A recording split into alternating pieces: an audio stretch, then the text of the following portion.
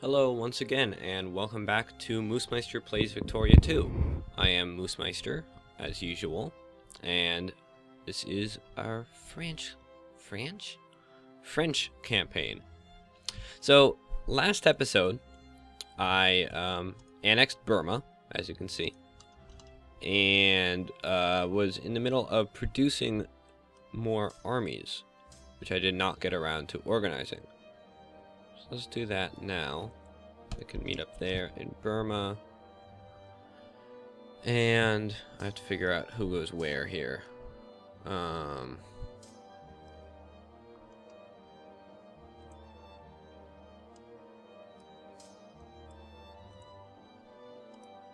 don't know.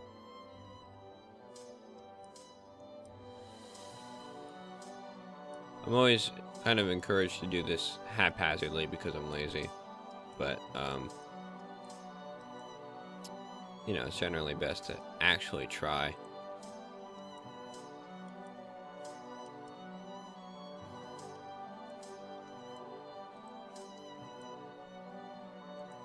So let's make another army over here, see how that goes. This one needs artillery really badly.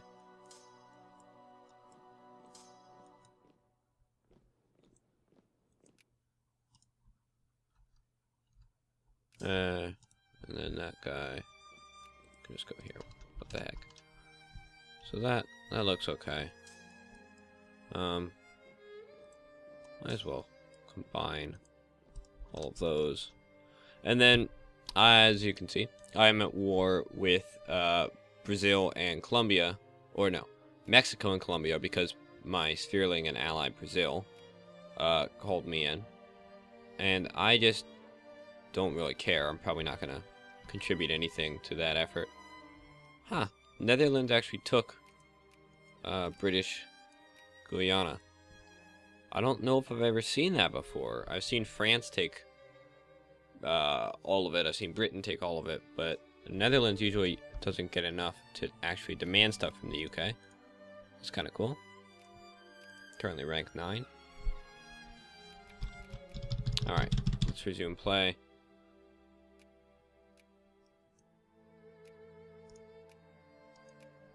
And I am currently rank 1, because the UK got humiliated by Prussia, who's currently rank 2 because of the extra prestige from doing that. But as you can see, the UK is only 1 point behind, so they'll probably regain their normal standing rapidly.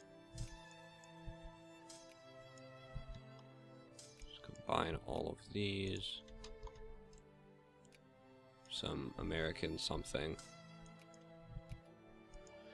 The US gets a lot of events in this game leading up to the Civil War. Stuff that causes triggers for the Civil War. And I honestly just, you know, I mean, I'm France. I'm all the way over here. What do I care? Doesn't matter to me. Now, what I do care about is this strong Prussia we seem to have going here. Yeah, they've almost got enough to form the North German Federation already. So I might be facing a rather tough Germany. US is attacking Mexico like usual. And I've got an extra national focus point. Let's see. Oh. Okay, I should have changed these quite a while ago. Whoops. That is my mistake. You know, there's no point in doing that. There's 50,000 people there. It'll never really be much of any... You know, it won't be much use to me, regardless. So what do I want to take? I think I will take early railroad. Railroads are almost always a very important thing to upgrade. See, I really wish this and this were above my armies, navies, and construction. Because construction in particular, but armies and navies as well, tend to obscure lower stuff. And that's the stuff I actually need to keep an eye on. think it was Provence. Yeah. So I have to continually keep scrolling down, but towards the end of the game, there's so many railroads, factories, armies, etc. being built that it's really hard to keep an eye on these things. Oh well, just a minor complaint. I don't know if it can be fixed through modding or not. I should take a look at that.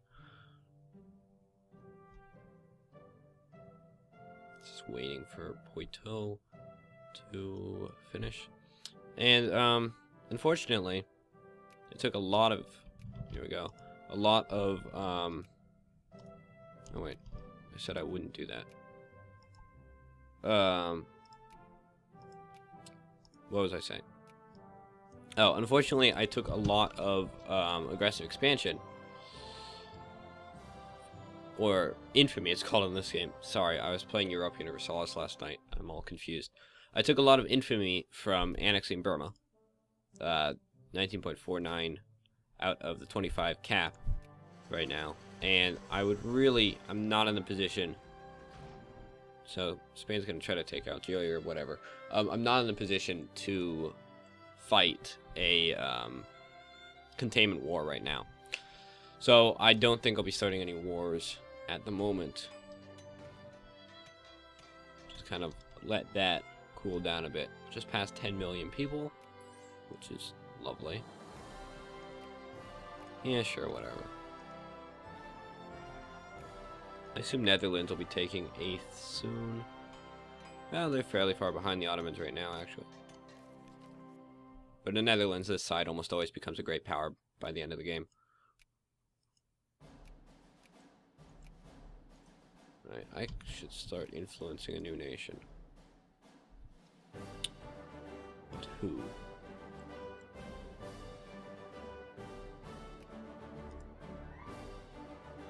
Can't influence Colombia because I'm at war with them.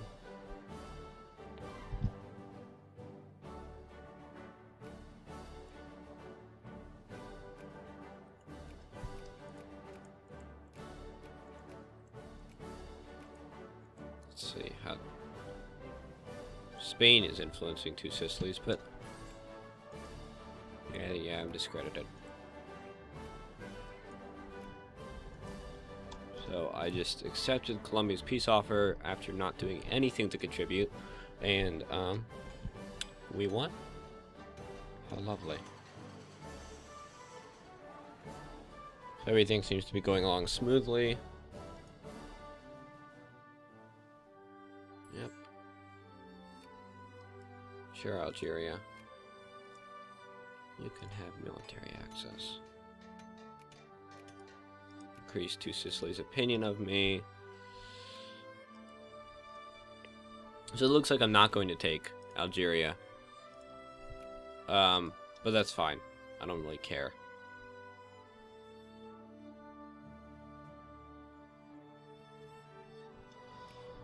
I really ought to look into taking a bunch of Sokoto, though. And, of course, further expansion over in East Asia.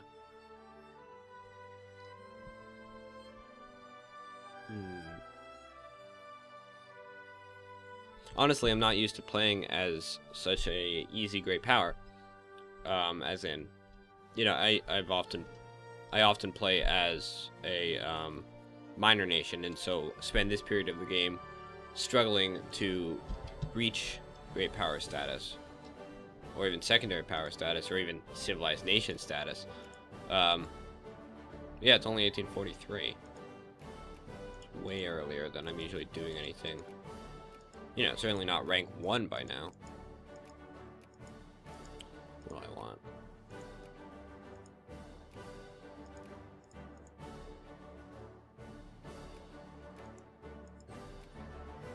Ah, that's always good. Just the usual stuff. Nothing particularly odd or interesting going on. You can see that Spain did in fact beat Algeria. Not that anyone is surprised by that.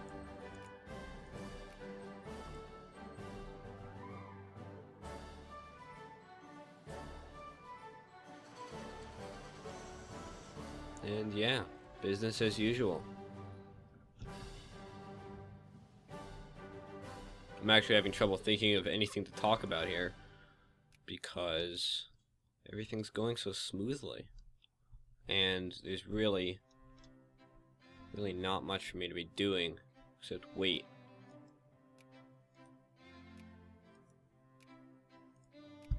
I can add 2 Sicilies to my sphere.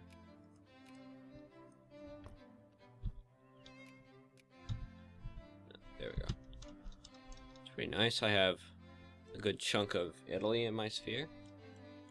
As well as, you know, Madagascar, Korea, Brazil. Not a bad sphere.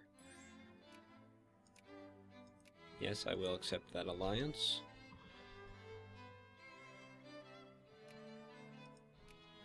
Sure. I mean, raising relations with Prussia does nothing for me because we're gonna fight. But, whatever. So, I did take the left bank decision, didn't I? Which does, in fact, give me claims upon something. Oh, or did that gave me... Right. I remember now. That gave me a CB to take any of Prussia's states. But, it expired. So, really, I should have taken that later. It's a bit foolish of me. I'm just checking out the decisions I can potentially take while I wait for things to happen.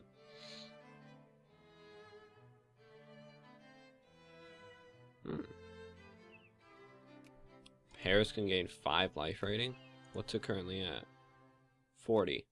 So we go up to 45, which is the same as London. Not bad. Life rating improves the speed at which population grows. Oh.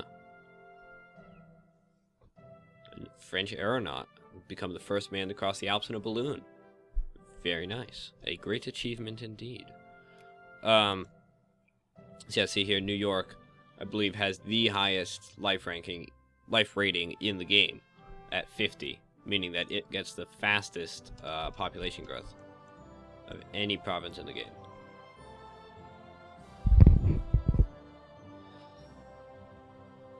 Sorry if I just made a horrible noise there. I was adjusting my mic, and according to Audacity's sound level thing, it may have made a racket.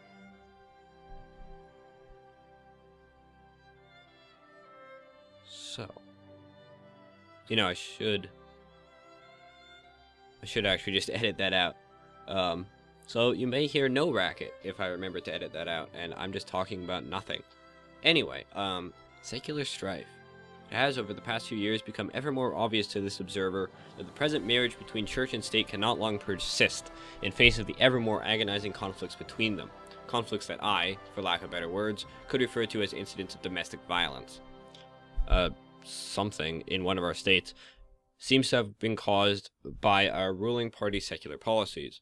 The local clergy in the area has received government support for several charitable ventures. Among other things, the religious organizations have been allowed to rent public buildings at prices vastly below market value. So I can choose either these policies must end or it is only charitable work. I actually don't remember my standard policy about this event. I don't think I see it very often.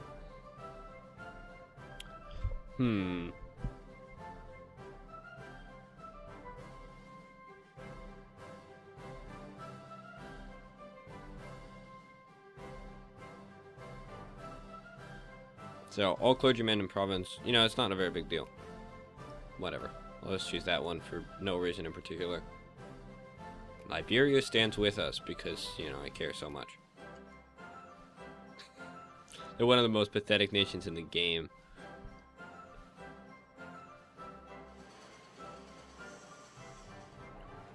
Up there with the, you know, the Indian substates, Nepal, Tibet. Oh look, bureaucrats are done. For just, you know, hopeless, impossible to play. Maybe I'll play one of them someday. You never know. Now that I've said it's hopeless, of course I have to try it.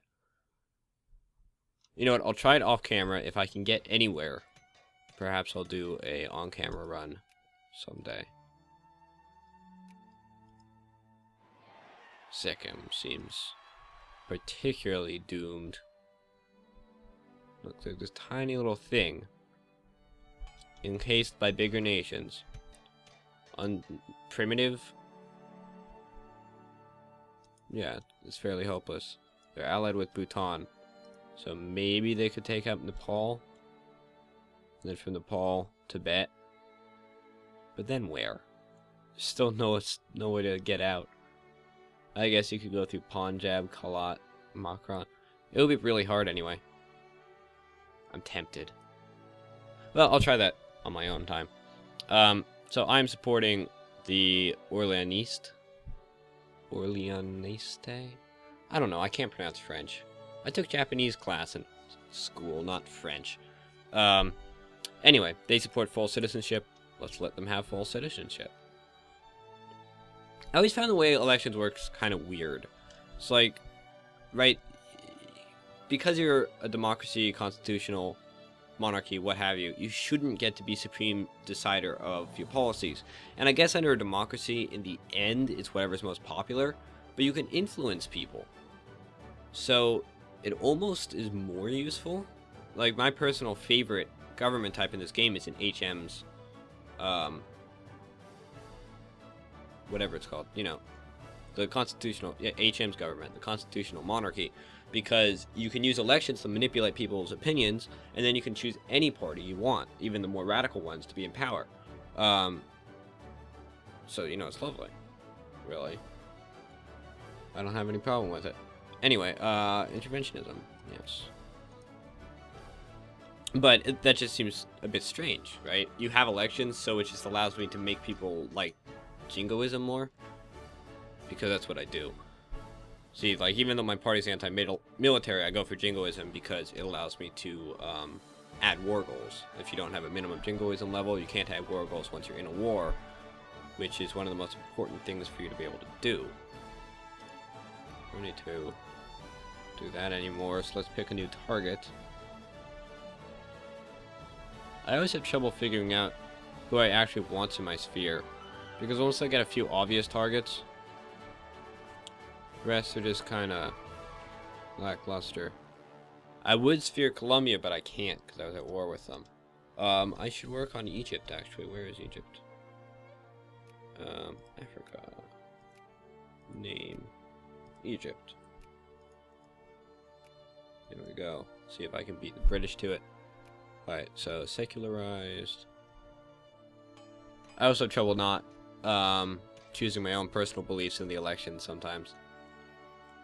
Like, if I have to go for full-blown moralism, I feel slightly guilty about it.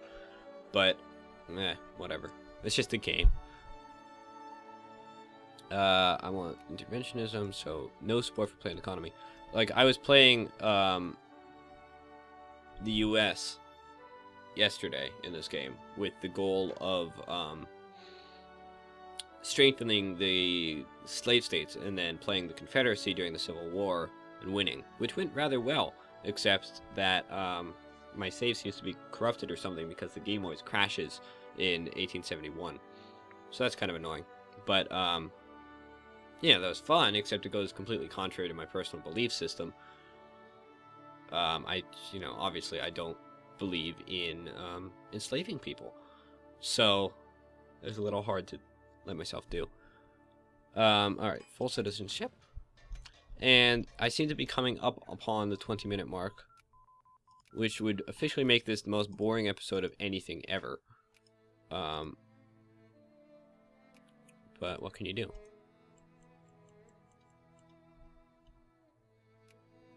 Eventually, well, I'm at 17. Eventually I'll lose enough infamy. Well, yes, I'm going to take the prestige, obviously. Eventually I'll lose enough infamy to, yeah, protectionism. Sorry. Eventually I'll lose enough infamy to start another war. But until then, good, the liberals win.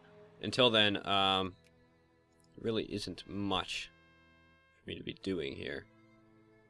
In an observatory in Paris, the physicist I'm not going to try to pronounce his name, Leon something or other, proved that the Earth was rotating around its axis. He repeated the experiment in the Pantheon in Paris before the eyes of an amazed public. 5 prestige. So some famous astronomer did something in Paris. Cool. Improve the relation with Egypt. And I think this is where I'm going to call it a day. Thank you for watching. Hopefully next episode is a little less boring. So, you know, please come back next time. Thanks.